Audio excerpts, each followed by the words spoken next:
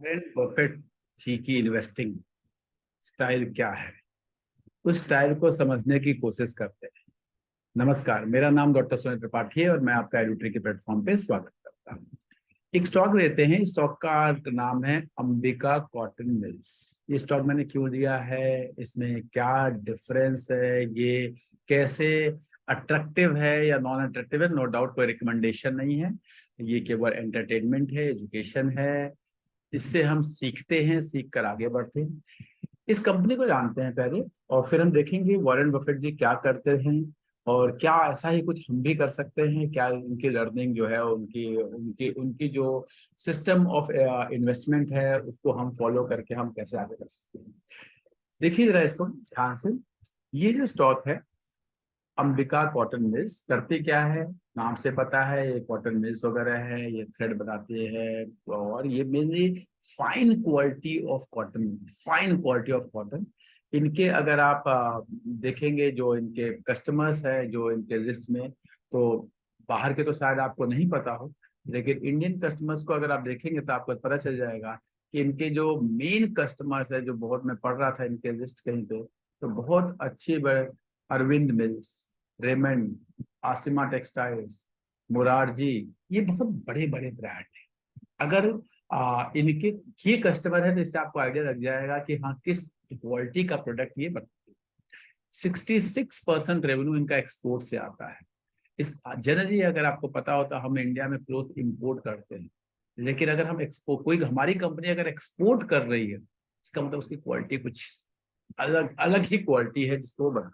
ठीक है, तो इसको अब जानने की कोशिश करेंगे। ये तो इसका बिजनेस तो समझ में आता है ना थोड़ा सा।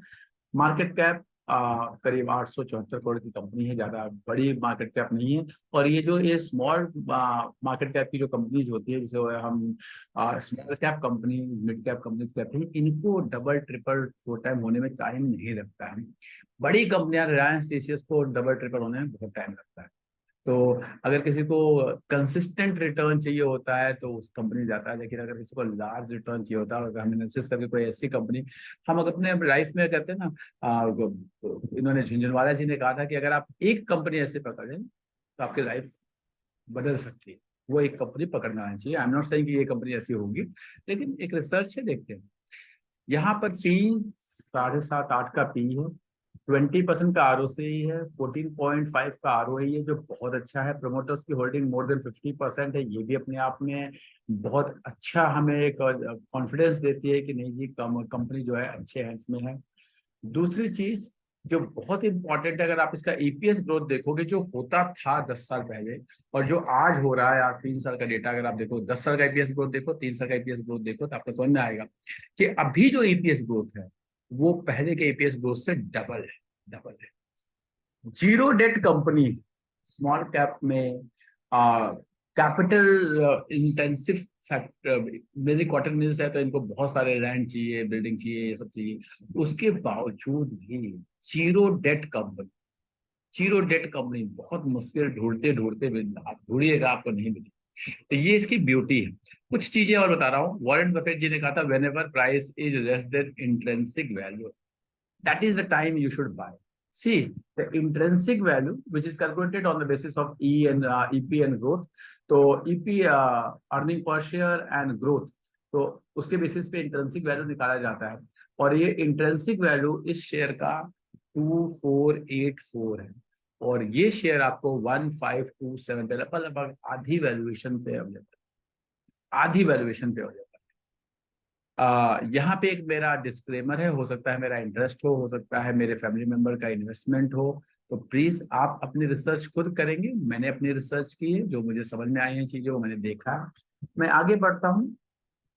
मार्केट कैप टू सेल्स देखेंगे, एकदम एवरेज के पास है। पी रेशियो देखेंगे, लगभग लगभग जो इसका मीन पी रेशियो है 5.8 उसके आसपास है। 10 साल का अगर आप डेटा देखेंगे तो आपको समझ में आएगा। और एक चीज बताता हूँ, जो यहाँ पे प्राइस टू बुक वैल्यू बहुत इंपॉर्टेंट होता है कैपिटल इंटेंसिव उसमें, और ये अपने मीडियन के पास पे वन।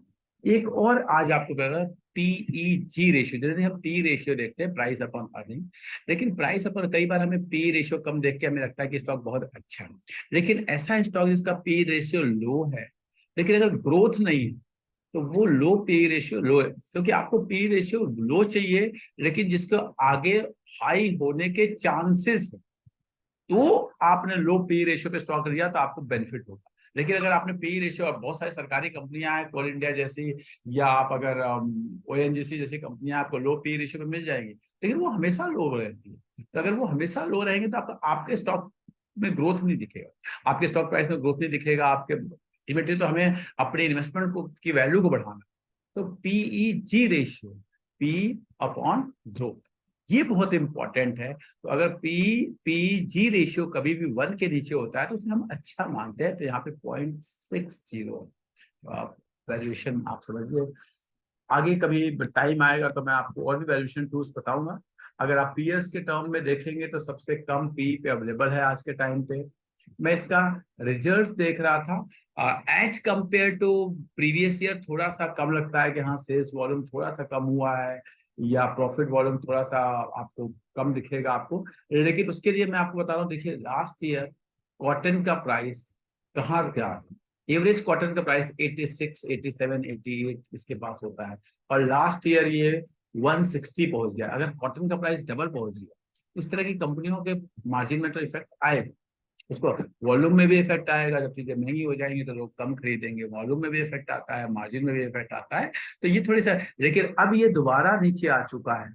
अब आगे क्या होगा उसको आपको समझना कि जो कॉटन का प्राइस एवरेज जो है, अगर आप ध्यान से देखेंगे तो ये तो 50-60 पे होना चाहिए, आज 80 पे है, ठीक है मान लेते, और नीचे आने के चांसेस है, ऊपर जाने के चांसेस अब नहीं है। बिकॉज अगर आप 10 साल का डेटा देखेंगे तो आपको समझ में आएगा कि हाँ जी this is the average price, इसी के आसपास कॉटन का प्राइस होता है। ये एक एबनॉर्मल रन था, जो कि ठीक है वो थोड़े टाइम के लिए हुआ, मार्केट यूक्रेन वॉर हुआ, रसिया यूक्रेन वॉर हुआ, उसकी वजह से सप्लाई चेन डिस्टर्ब हुआ और कुछ चीजें हुआ, लेकिन ये नॉर्मल। इस सिचुएशन में स्टॉक का प्राइस नीचे आ गया, बिकॉज आपके मार्जिन इफेक्ट हुए, बिकॉज आपका वॉल्यूम इफेक्ट हुआ। तो इसको अब आपको देखना है, ये जो रीजन था मार्जिन इफेक्ट का, वॉल्यूम इफेक्ट का, क्या ये टेम्परेरी रीजन है या परमानेंट रीजन है। अगर ये टेम्परेरी रीजन है तो आपको अब पता चला कोई कंपनी आईएक्स जैसी कंपनी है, तो क्या वो जो प्राइस नीचे आया है वो टेम्परेरी रीजन है, परमानेंट रीजन है। अगर आपको समझ में नहीं आता तो दूर रहिए, अगर परमानेंट रीजन है तो दूर रहिए, और टेम्परेरी रीजन है तो एंटर करिए। यही यही स्टॉक मार्केट में कहते हैं ना अपॉर्चुनिटीज को लेने का यही एक तरीका होता है। तो मुझे लगता है कि जो कॉटन का प्राइस ये जो एबनॉर्मल ऊपर गया था, ये टेम्परेरी रीजन था, ये मुझे लगता है। ठीक, आगे बढ़ते हैं। मैं इसके सेल्स को देख रहा था, अच्छे मुझे तो समझ में आता है कि हाँ पिछले 10 सालों में लगभग लगभग 3 गुना हो गई है। प्रॉफिट को देख रहा था, 10 सालों में लगभग 4 गुना हो गया। तो मुझे लगता है कि ठीक है। बैलेंस शीट में देखा, लोन इन्होंने जो कि 152 करोड़ के लोन होते थे उसको धीरे धीरे रिड्यूस करके ये जीरो पे ले आया। रिजर्व्स लगातार बढ़ते जा रहे हैं। दैट मीन्स जो आपके इक्विटी शेयर होल्डर्स हैं उनका वेल्थ इस कंपनी में बढ़ती जा रही है। रिजर्व्स बढ़ने का मतलब ये होता है। ठीक है, आगे मैं और भी कुछ चीजें इसको देख रहा था। अब इस साल नो डाउट ऑपरेटिंग एक्टिविटी में इनका नेगेटिव कैश आया है, लेकिन अदरवाइज लगातार ऑपरेटिंग एक्टिविटीज में इनका पॉजिटिव कैश फ्लो होता है। वो भी एक अपने आप में बहुत बड़ा है, आपको एक इंडिकेटर होता है कि कंपनी किस डायरेक्शन में जा रही है। शेयर होल्डिंग पैटर्न इंटैक्ट है, 50.17 ये प्रमोटर्स की होल्डिंग है, वो देखते नहीं। मैं ट्रेड्स में गया, जब ट्रेड्स में मैंने एक चीज देखा बहुत important, bulk deal. Bulk deal में मैंने देखा कि विजय केडिया जी जो कि इंडियन स्टॉक मार्केट के अच्छे माने जाने स्टॉक पिकर माने जाते हैं, उन्होंने 2243 इस वैल्यूएशन पे 40,000 स्टॉक 2022 में खरीदे थे। तो अगर विजय केडिया जी जैसे लोग 2200 रुपए पे स्टॉक को खरीद रहे हैं, 1500 पे क्या हम खरीद सकते हैं? नहीं, ये आपको सोचना है, मुझे नहीं पता। आपका थॉट प्रोसेस है, आपको देखना है। तो ये मुझे एक अच्छी सी चीज इसमें समझ में। ये तो सारे हो गए फंडामेंटल्स की बात। अब चलते हैं हम टेक्निकल। जब हम टेक्निकल को देखते हैं, यहाँ पे टेक्निकल पैटर्न क्या हमें कुछ इंडिकेट करता है, कुछ हमें बताता है कि हाँ जी इस स्टॉक में कुछ ऐसी चीज है जो, देखिए ये इसका चार्ट है। मैं लंबा कंसोलिडेशन मुझे दिखाई दे, लंबा कंसोलिडेशन। और जब कभी चार्ट में लंबा कंसोलिडेशन होता है तो जितना लंबा कंसोलिडेशन होता है ब्रेकआउट के बाद, उतना ही अच्छे चांसेस है ग्रोथ। मैं कहता हूं अगर ये यहाँ से अपने लाइफ टाइम हाई की तरफ भी चलता है, अपने लाइफ टाइम हाई की तरफ चलता है अगर, तो ये मुझे यहाँ से कम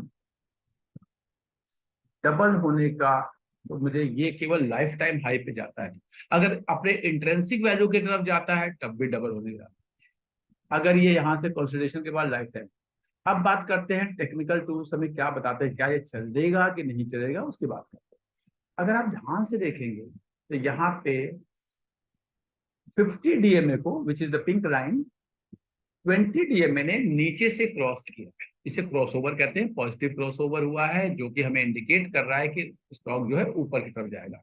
स्टॉक का प्राइस अभी उस क्रॉसओवर प्राइस के ऊपर है।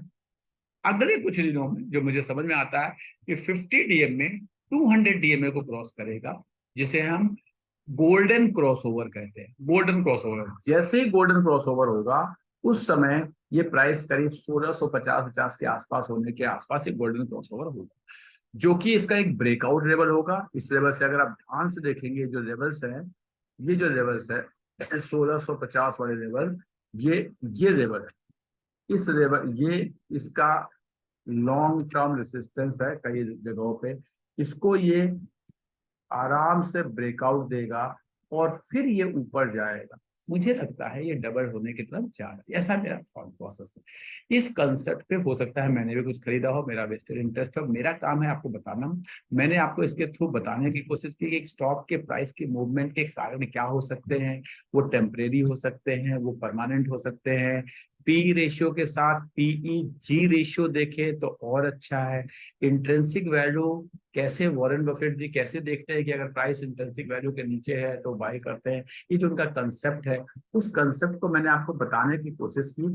अगर आपको ये कंसेप्ट समझ में आता है, स्टॉक को फॉलो करो, देखो, अगर आपको इस डायरेक्शन स्टॉक बढ़ता हुआ दिखता है तो इस तरह से और स्टॉक को ढूंढो और अपनी इन्वेस्टमेंट स्किल्स को बेटर करो। आपको इस स्टॉक को खरीदना है नहीं खरीदना है ऐसी कोई रिकमेंडेशन नहीं है, ये केवल और केवल एंटरटेनमेंट और लर्निंग के लिए वीडियो बनाए। Thank you.